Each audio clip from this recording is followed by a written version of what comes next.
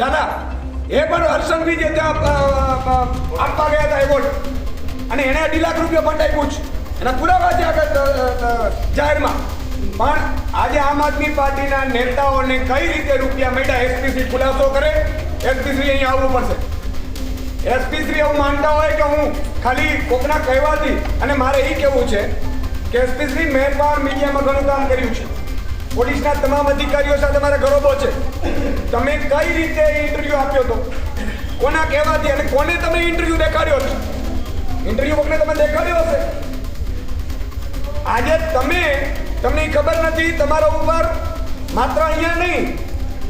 IPS અધિકારીમાં ત્યાં અમે civil સર્વિસીસમાં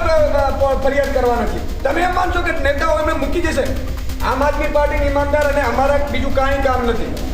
6 મહિના જેલમાં રહેવાનો છે આજે ગોપાલભાઈ રાખી લ્યો 6 મહિના સુધી એના ઘર અમે ચલાવી લેશું તમારામાં તાકાત હોય એટલું લડી લો પણ સવાલ એ છે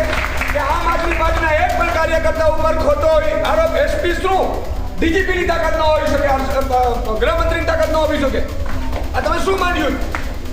કોઈ ફોન કરે કે આને ડરાવો ધમકાવો લો તમારામાં તાકાત તો ગોપાલ ઇટાલિયા આવ્યા છે અત્યારે લીગલ નોટિસ કાઢો તમારી પાસે પુરાવા હોય તો ના હોય તો તમે જવાબ આપો જી બેઠો